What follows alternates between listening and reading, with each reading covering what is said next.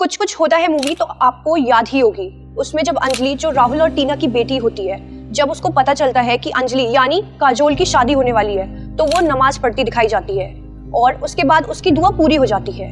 मतलब उसके फादर हिंदू, पूरा बैकग्राउंड हिंदू, और वो बच्ची नमाज पढ़ती है। मतलब करण जौहर क्या दिखाना चाहते हो कि हिंदू गॉड्स से पूजा करने से उस बच्ची की विश पूरी नहीं हुई, बट नमाज पढ़कर हो गई। अगर बॉलीवुड की बात करें तो हम लोग बचपन से ही बॉलीवुड और इंडियन सिनेमा को ही देखते आए हैं। बॉलीवुड और बॉलीवुड सॉन्ग्स कभी सबके दिलों पर राज किया करता था। बॉलीवुड ही नहीं, पूरा इंडियन सिनेमा, चाहे वो एडवर्टाइजमेंट हो, डेली सोप्स हो, सभी बड़े चाव से देखे जाते थे। लेकिन आजकल लोग बॉलीवुड को बॉयकॉट करते दिख रहे हैं। ऐसा इसलिए कि लोगों को समझ आ रहा है कि बचपन से एक सॉफ्ट प्रोपेगेंडा को यूज करके एक रिलीजन को टारगेट किया जाता है। कुछ नहीं बचा है। घिसे पिटे हीरो, घिसे पिटे एक्टर, घिसी पिटी कहानियां। एक्शन के नाम पे कुछ नहीं, नकल करी हुई इधर उधर की। चाहे जितने कपड़े उतार दे ये लोग, पिक्चर चला नहीं पाएंगे, दम नहीं बची। देखिए ये सब अपने करने का उनका अपना प्रोपेगेंडा है, अपना रैकेट है, अपने लोग हैं, उससे बूस्टअप करा रहे हो। उससे कितना बूस्टअप करा लोगे तुम? एक हफ्ता बूस्टअप करा लोगे, उसके बाद क्या होगा? इसकी बात आए ना तो पठान क्या हो, हिंदुस्तान को ही छोड़ देना चाहिए। हम हिंदू हैं, हिंदू के हिसाब से अपनी चीजें रखेंगे। जो भी एक्टर हैं ये हमारे देश विरोधी हैं, बाइकॉट कर देना चाहिए पूरे हिंदुस्तान से इन लोगों।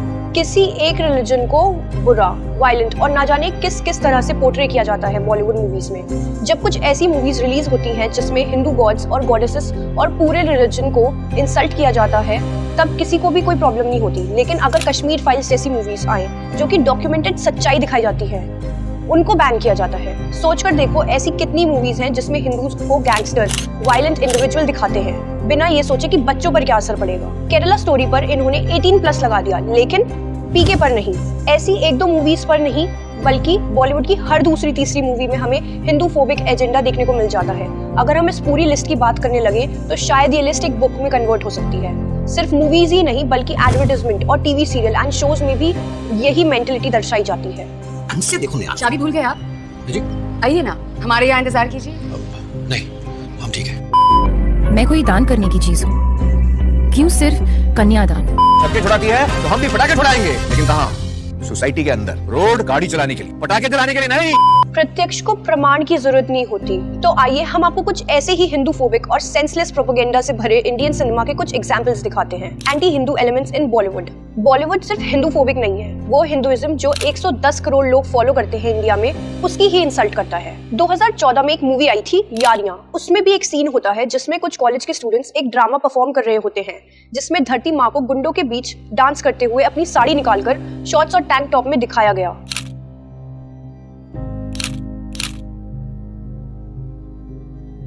वही मूवी लज्जा में माधुरी दीक्षित ड्रिंक करके शराब पीकर माता सीता का रोल करती हैं और किस तरह श्री राम गलत थे उस पर लेक्चर भी देती हैं। कभी कोई मत कूदा है आपने अपनी औरत के लिए? पूछो, कोई करवा चौथ बना है? कल सीता मैया अपनी परीक्षा देने के बावजूद उसे क्या मिला? वनवास? कोक मिला, कुछ को लेकर जंगल में फिरती मेरे चरित्र को लेकर उठा है। बात मेरे आत्मसम्मान की है, और सच तो ये है कि मेरी सारी मुसीबत की जड़ तो तुम हो सुमित्रा नंदन। चुड़पन खाती नाक तुमने काटी और रावण उठा लिया मुझे। उठाना चाहिए था तुम्हें। मेरे चरित्र दोनों भाई भालू और वानरों की सेना लेकर लड़े थे ना रावण से।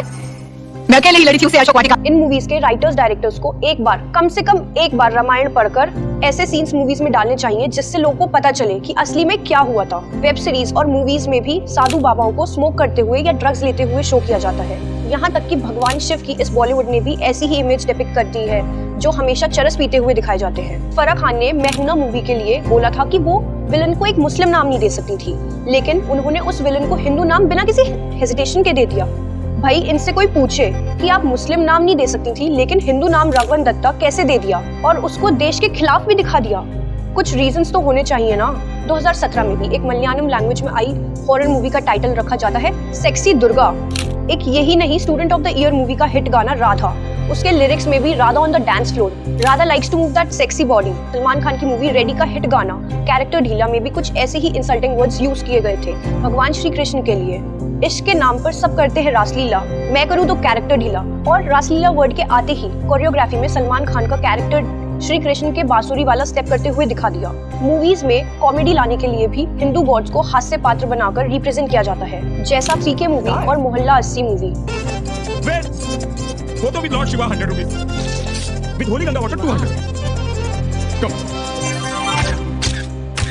और भी कई सारी मूवीज में देखने को मिलता है। मूवीज ही नहीं, स्टैंड अप कॉमेडी में भी यही देखने को मिलता है। मुनावर फारूकी भी माता सीता पर कमेंट करते हुए कहते हैं, माता सीता के वनवास को माधुरी दीक्षित के पिया घर आए और राम जी के साथ जोड़ते हैं। मेरा पिया घर आया ओ राम जी, लाइक अगर भगवान को रिस्पॉन्स करें वो गाना कैसा है ना, लाइक मेरा पिया अगर है और Ram ji don't give fuck about your पिया, इसलिए मेरा पिया अगर है राम जी, मैं 14 साल से खुद घर नहीं गया।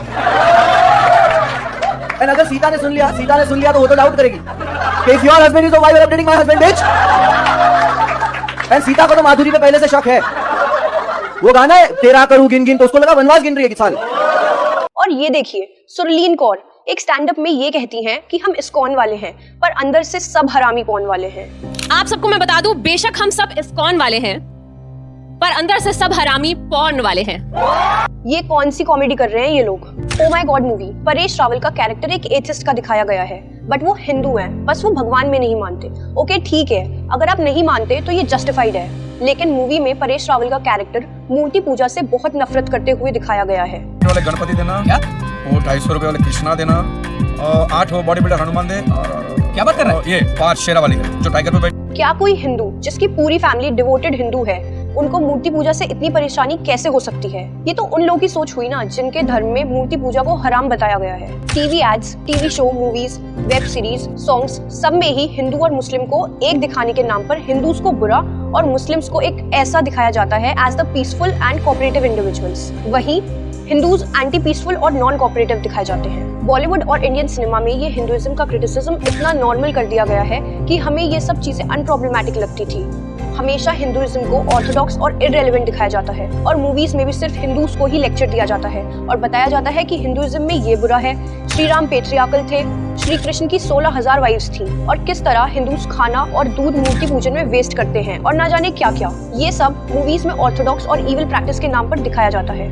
लेकिन पीके के राइटर्स और डायरेक्टर्स ट्रिपल तलाक की बात क्यों नहीं करते, हलाला प्रैक्टिस पर बात क्यों नहीं करते, जिहाद पर कोई क्यों कुछ नहीं कहता, फोर्सफुल कन्वर्जन पर कोई क्यों इतनी मूवीज नहीं बनती? क्या सिर्फ हिंदुइज्म में ही सारी बुराई है? और अगर ऐसे कुछ प्रैक्टिस के बारे में कोई मूवीज बनती भी हैं, तो उस पर प्रोटेस्ट होते हैं और उन्हें बैन कर दिया जाता है। आप हमें अपने व्यूज कमेंट सेक्शन में बताएं। एंटी हिंदू एजेंडा जो बॉलीवुड ओपनली प्रोपेगेट करता है। Thank you and keep watching R&D stories.